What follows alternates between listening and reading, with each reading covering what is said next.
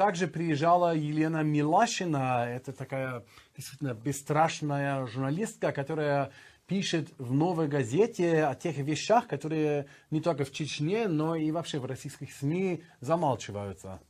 И, кстати, это ее заслуга. Недавно ОБСЕ запустила так называемый московский механизм. Это связано... Я тоже не знал, что есть такое. Это связано, да, с нарушениями прав человека в Чечне. И вот что это даст или уже дает людям на месте там в самой Чечне? На прошлой неделе стало известно, что ОБСЕ запустит некий московский механизм, чтобы следить за правами человека в Чечне. Что это конкретно означает и насколько это помогает тем, которые подвергаются в Чечне пыткам и прочему?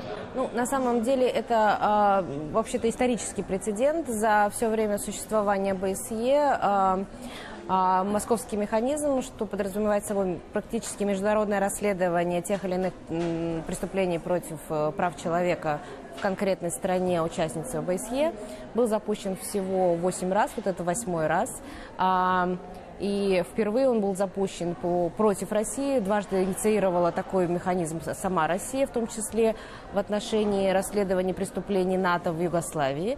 А теперь эта процедура запущена против российского правительства после того, как был запущен Венский механизм в августе этого года, когда России предоставили возможность ответить на ряд вопросов о систематических тяжких нарушениях прав человека в Чечне, которые имели место с 1 января 2017 года по 31 января 2018 года. А мы здесь рассматриваем не только преступления против мужчин в Чечне по преследованию по подозрению в сексуальной ориентации, но и внесудебные казни задержанных по подозрению в экстремизме. О которых писала тогда «Новая газета», в том числе. Да, собственно, мы писали о том и другом, и мы изначально передали следствию имена погибших. Следствие за это время сделало все, чтобы эти преступления в России сокрыть, и вынесло постановление об отказе в возбуждении уголовных дел как по преследованию геев, так и по убийству несудебному расправам над задержанными по терроризму, по экстремизму в Чечне. Что это теперь означает конкретно? Это означает, что будет расследование, будет подготовлен 3-й международный доклад, потому что уже 2 доклада такого рода есть. Это доклад был подготовлен Европейским комитетом против пыток после того, как делегация Комитета против пыток приехала в Россию, в Чечню. Говорила в том числе с жертвами, которые подтвердили всю эту практику. Но этот доклад засекречен по требованию Российской Федерации. Есть, к сожалению, такое условие в уставе работы Европейского комитета против пыток. Был доклад ПАСЕ, где, в общем, были признаны все эти факты. Это будет 3-й международный доклад, который установит, были ли эти факты, а главное, какова была реакция России на эти сообщения о преступлении. Хорошо, вот даже если... Я просто только что общалась с одной из чеченских женщин, которая...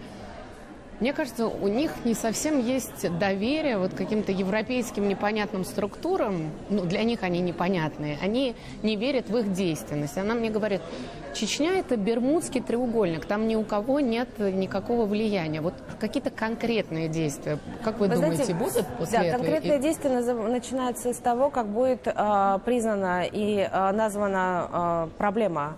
Собственно, чего мы добиваемся? Мы добиваемся, чтобы этими докладами, а также мы дальше собираемся адвокатировать все эти преступления, которые происходят в Чечне на уровне ООН, было признано сам факт преступлений против человечности, который совершается в Чечне уже на регулярном базисе много-много лет. Как только эту проблему признают именно в этом виде, в каком она есть и в каком мы считаем нужным, она должна быть названа и признана, начнутся уже и, соответственно, международные действия по более серьезному давлению на Россию. Уже тогда не будет возможным для той же Германии или для тех же европейских стран сказать, что Россия для чеченцев безопасная страна. Понимаете, потому что Чечня и сама Россия, российская политика в отношении чеченцев – это не безопасные вещи, где каждый чеченец может стать жертвой в любой момент, к сожалению. Вот. Это поможет на практическом уровне непосредственно людям в Чечне, которые пытаются, уехав из Чечни, спрятать, то есть защитить себя от таких вещей, да?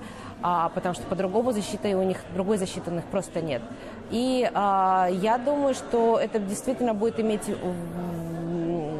определенное воздействие на российские власти, и наконец-таки нам удастся добиться того, чего мы не могли добиться многие годы, а именно все-таки возбуждать уголовные дела против чеченских силовиков.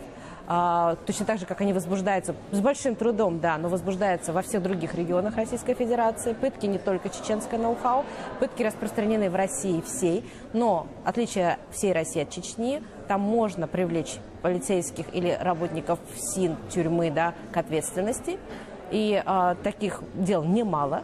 В Чечне это невозможно.